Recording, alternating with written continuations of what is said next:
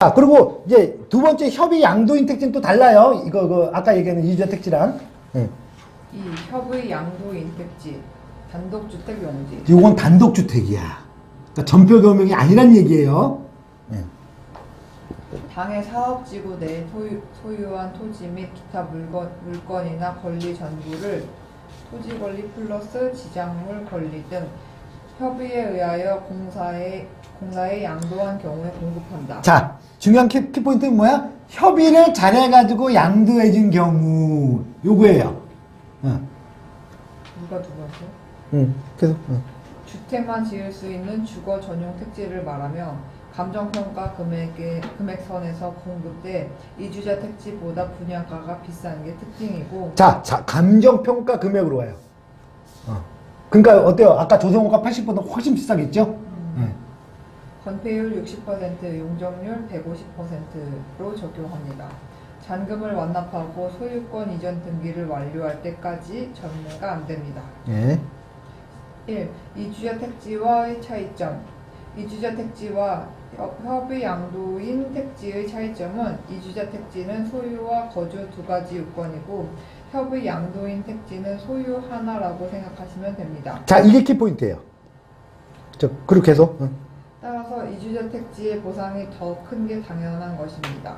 단독주택 공급 필지에서 이주자 택지 권리를 가진 사람들이 먼저 신청을 하고 남은 택지를 협의 양도인 택지 권리를 가진 사람들이 신청을 하기 때문에 택지가 부족하면 협의 양도자 택지 권리자들은 추첨을 해서 대상자를 결정하게 됩니다. 자, 이게 무슨 소리냐면 아까는 이주자 택지잖아요. 이주자 택지는 뭐냐면 그 지역에 내가 실제로 살고 소유 플러스 살아야 돼.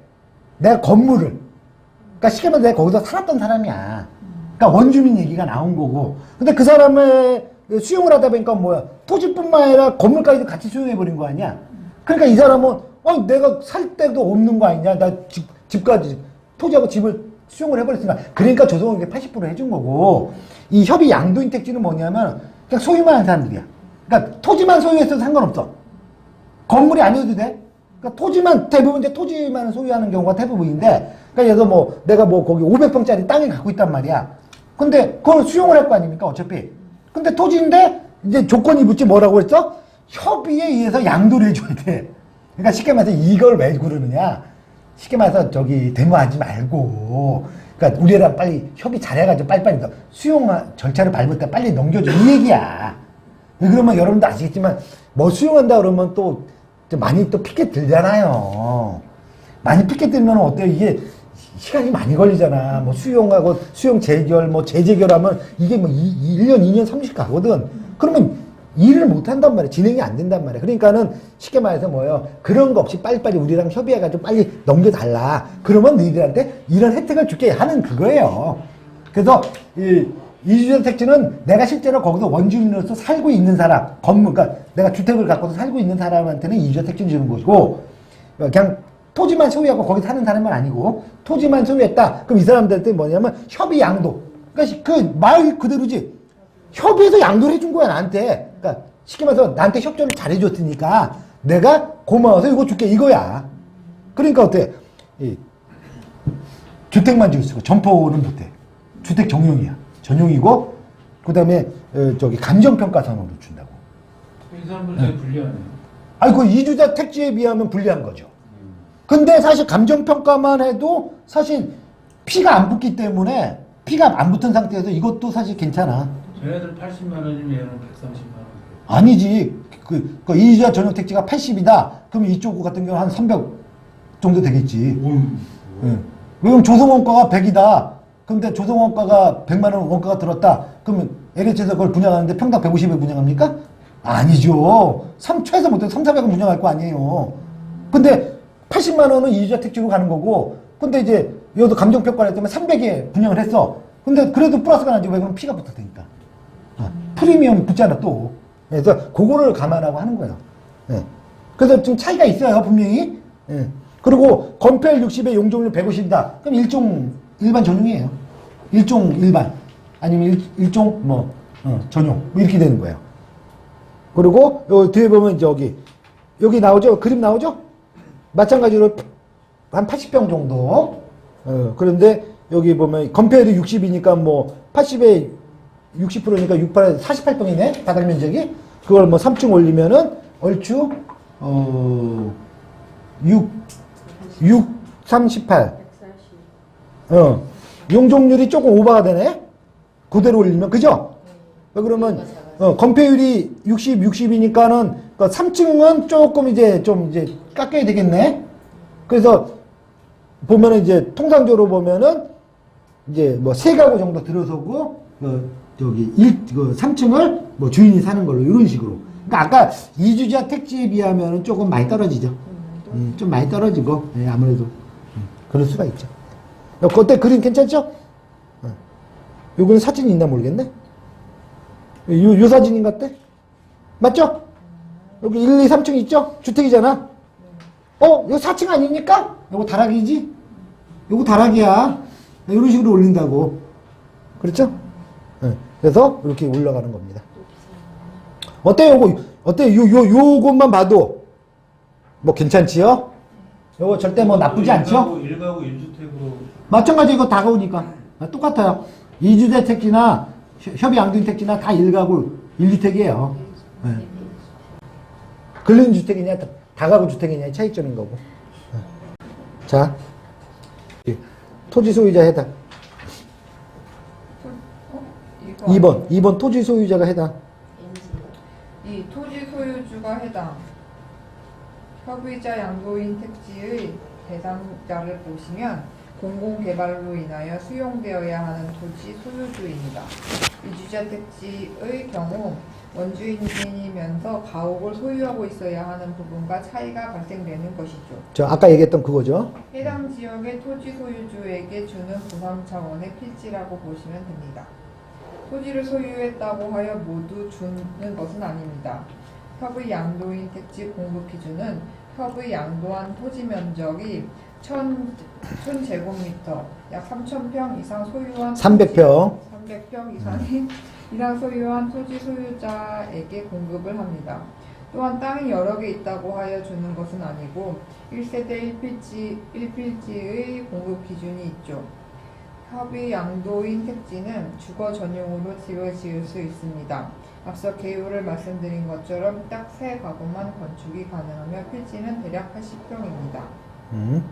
특징, 협의 양도인 택지의 특징을 살펴보면 아래와 같습니다. 건폐율은 60% 이하이고 용적률은 150% 이하입니다.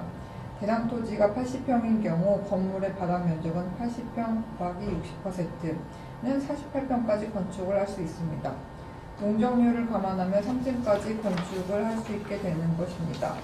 다른 특징이 있는데 공급받게 되는 필지의 공급 가격은 감정 가격입니다. 중요한 포인트가 될 수 있는 부분입니다. 앞서 이주자 택지의 경우 프리미엄이 생겨날 수밖에 없는 태생적인 부분이 있습니다. 왜 그래요? 조성원가 80%니까 그러죠? 네.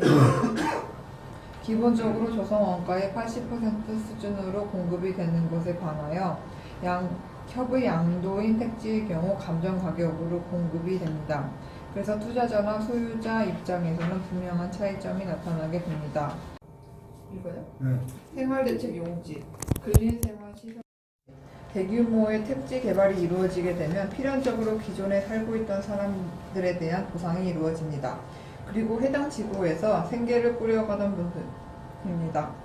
생활대책 용지란 바로 이러한 해당 택지에서 생계를 꾸려가던 분들에게 지급되는 용지입니다. 자, 생계. 쉽게 말해서 뭐예요? 여기서 영업을 했던 사람이란 얘기, 영업. 뭐 거주하고 이런 게 아니고 소유하고 이런 게 아니라 여기서 실제로 내가 무슨 사업을 했던 사람들, 뭐 사업이라서 무슨 이런 오피스 사업을 한 그런 게 아니라 무슨 뭐 요즘 꽃가게를 했다든지 무슨 뭐 이런 거 있잖아. 이런 가게를 했던. 그렇죠. 그런 것도 다 마찬가지고. 예. 그 대상은 일정 이상의 영농 및 시설 채소 농가, 화훼 농가, 축산 농가, 자영업을 하던 분들 등입니다. 1. 공급 평수 및 가격. 6평, 8평 단위로 제공이 되며 공급 단위가 6평, 8평이다 보니 단독으로 해당 택지를 제공받는 경우는 거의 존재하지 않으며 통상 생활대책 용지를 받을 수 있는 분들이 조합을 결성하여. 자, 조합을 결성하여. 이거 아주 아주 중요한 거예요. 통상적으로 이렇게 가는 거라는 얘기죠. 택지의 중심 상업지구 등의 토지를 자, 지급받는 중심상업지구. 이게 하이라이트야. 지금 무슨 소리야? 여러분들 어디 어디 택지주 개발했다. 그럼 거기 중심상업지 쭉쭉 올라가죠? 그게 바로 생활대체 용지를 받고 있는 사람들이 조합을 결성해서 올리는 거예요. 그게. 예. 중심 상업지구 등의 토지를 지급받는 방식이 사용됩니다. 혼자서는 아무것도 할 수 없습니다. 평수가 작기 때문에 개별 공급이 불가능하며 하나의 커다란 상가를 지을 수 있는 토지를 우선적으로 공급해 주는 것입니다. 공급 가격은 감정평가 금액으로 정합니다. 자, 감정평가 금액. 이 조합. 자, 그러면 이제 이런 식으로 그럼 조합을 어떻게 결성할 거냐? 그러니까 이게 달라요. 아까 얘기하는 이주자 택지라든지 협의 양도인 택지는 뭐예요? 단독 그냥 주택이야, 주택. 상가가 있는 상가주택이 됐든 주택인데, 그럼 뭐 단독으로 내가 뭐를 하는 거거든. 내가 소유권을 취득해서 거기다 언제 올리든 상관없어. 근데 이 생활대책 용지는 영업을 했던 사람들이 대상이에요. 이 사람들을 상대로 네가 생계를 왜 수용이 되다 보니까 생계를 못 하잖아. 그러니까 그 사람들한테 이제 보상 차원에서 주는 건데, 평수가 아까 얘기했다시피 8평, 6평에서 8평짜리 줘요. 근데 6평에서 8평 갖고 뭘 하겠어? 그러니까 이걸 뭐냐면 이 소위 말하는 뭐야?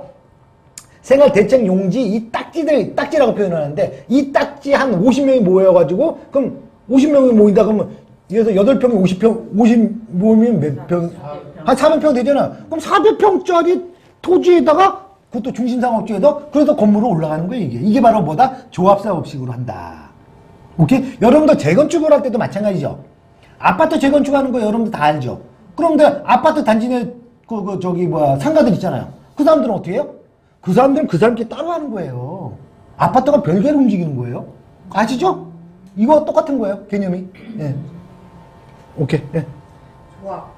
대략 30에서 40명 정도가 모여서 조합을 결성해야만 입찰을 할 수 있는 자격이 주어지게 됩니다. 보통 상업용지가 150평 이상 나오기 때문에 이를 분양받기 위해서는 18장의 상가 딱지가 필요하게 되는 것이며 이런 단체를 조합이라고 합니다. 네. 조합에는 두 가지가 있습니다. 시행조합, 상업용지 토지를 받아 상가 건물을 지어 사업을 진행하고 상가 분양을 하여 분양 수익금을 조합원들에게 배분하는 형식. 처분조합, 상업 토지를 받아 토지 상태로 시행사에 매도하는 형식. 자, 이게 두 가지 방법이 뭐냐면은, 통상적으로 이제 시행조합하고 처분조합인데, 아까 조합이 있잖아요? 조합이 결성되면 이제 시행조합은 뭐냐면, 이 조합이 직접적으로 시행 역할까지 하는 거예요. 그러니까 조합에서 실제로 해가지고 수지 분석해가지고 어떤 상가 건물까지 지으는 거야. 그리고 그걸 갖고 분양을 때려. 그래서 다 되면은 이제 나중에 청산할 거 아닙니까? 그래서 청산금을 다 돌려받는 거. 그러니까 쉽게 말해서 조합사업으로 가는 경우가 있고, 아니면 처분조합. 자, 야, 그렇게 하면 너무 복잡해. 힘들어. 그러니까 어떻게? 이 딱지를 다 모아가지고, 그래서 30명이 모았다. 그럼 6병씩이 30장이면 180병 정도 되잖아요. 그럼 180병을 모아가지고 그거를 시행사에다 넘기는 거야. 이게 처분한다고 그래. 그래서 돈 받고 나오는 경우. 통상적으로, 내가 봤을 때는 이제 처분조합을 많이 하죠. 그러면 이제 그걸 다 실제로 하자니 또 분양 문제들도 분명히 존재하고, 이제 리스크들이. 그렇기 때문에 상황에 따라 차이는 있지만, 통상적으로 이제 처분 많이 하고, 또, 그러나 직접 시행하는 조합들도 분명히 있어요. 예. 그래서 실제로, 그러면 분양이 안 되면 어떻게 하냐? 각자가 그거 지분을 받고도 자기가 대물로 받는 거야. 그러니까 물건으로 받아버리는 거야, 자기가. 그리고 예를 들어 상가가 30명이 들어갔는데 상가를 1층부터 10층까지 해가지고 50개가 나왔다. 그럼 30개는 대물로 해서 조합원들이 갖고 가고 20개는 일반 분양 때리고 그걸 갖는 구조가 되고 이런 식으로 해서 구분들을 또 많이 해요. 그렇기 때문에 이건 상황에 따라 입지에 따라 좀 차이가 있다. 그렇게 보시면 돼요. 네. 3. 생활대책 용지의 특징. 조합 가입은 선택이 아닌 필수입니다. 조합 가입을 하지 않을 시에는 권리가 소멸하기 때문에 반드시 조합 가입을 하시기 바랍니다. 자, 이게 무슨 소리냐면은 조합을 아까 그랬죠. 6에서 8평 갖고는 아무것도 할 수가 없는 거. 개인으로 할 수 있는 건 없어요, 여기는.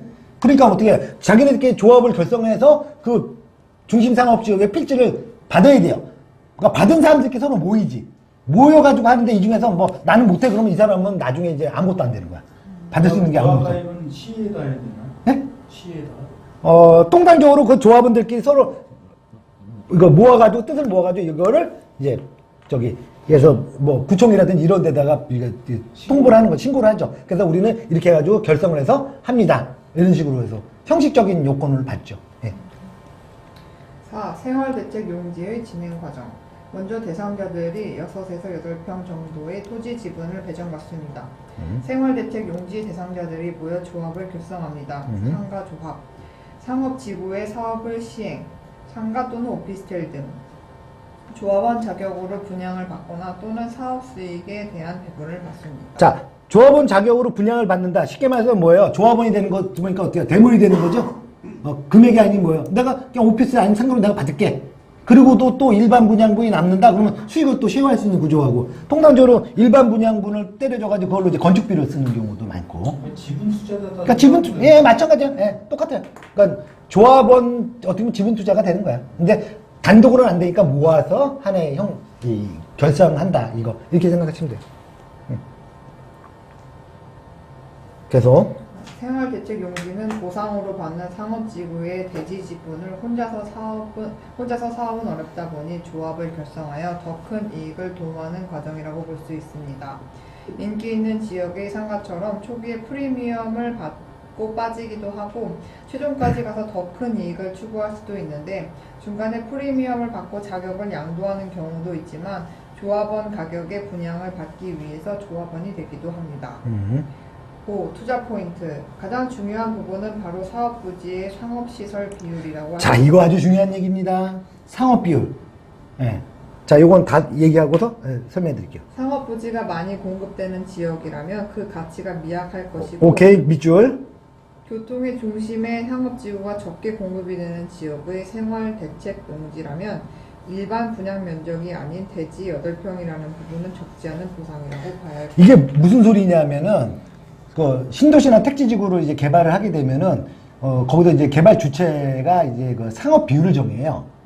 근데 이게 통상적으로 이제 통내에요. 뭐 지역이나 입지에 따라 좀 차이가 있는데 통상적으로 이게 3% 이내입니다. 많아봐야 5% 이내인데 근데 이게 왜 그러면 그렇게 되게 되면 어떤 일이 벌어지냐? 사업 주체는 어때요? 최대한 수익을 높이려면 뭐를 높여야겠어요? 상업지역 비율을 높여야 된다고. 그 다음에 어떤 일이 벌어지냐면 막 10%대가 넘어가는 경우가 있어. 심지어 12%, 13%가 올라가는 경우도 있었어요. 그러면 어떠느냐? 상가가 너무 많은 거야. 그러니까 배우 세대들이 있을 거 아닙니까? 뭐 주택이 들어가는데, 단독주택이 들어가는데, 다 합쳐가지고 예를 들어서 2만 세대가 들어간다. 근데 상업 비율이 거의 비율이 10몇 프로가 되니까 5만 세대가 들어와야 이게 균형이 맞는 이런 일들이 왕왕 벌어져요. 이게 왜 그러냐면 사업 주체가 수익성을 너무 높이려면 이런 경우가 많아요. 그래서 저희 같은 경우도 왜 저희가 얼마 전에 왜 LH 그 상업 비율 구를 했잖아요.